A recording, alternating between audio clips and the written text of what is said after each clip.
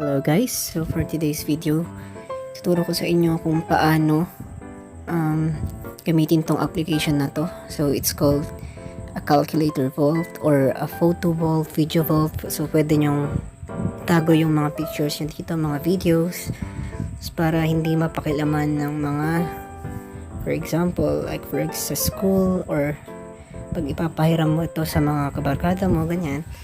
So, ito hindi nila mapapansin kasi ang alam nila, calculator lang siya. So, una guys, punta kayong Play Store.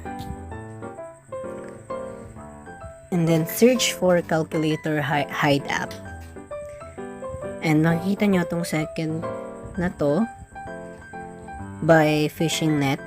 Yan yung ida-download nyo. So, click on it and install nyo guys. And after you install, click open.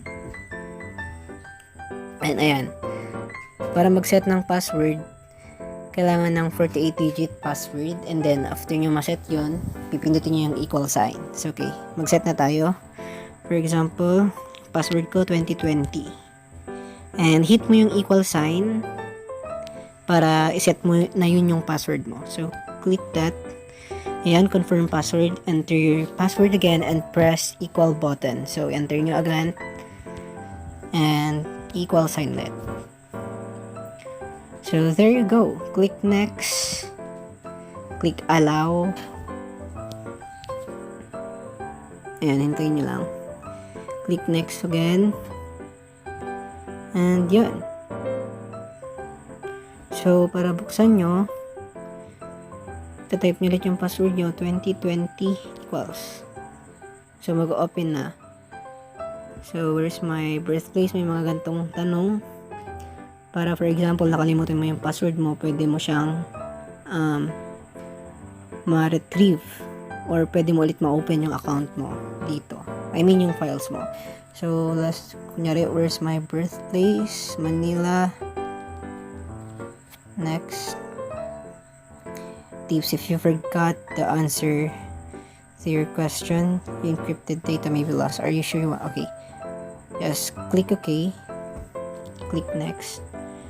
Important tips. Yeah, never show this. Never show din to. And recovery mail. So, kunyari ito.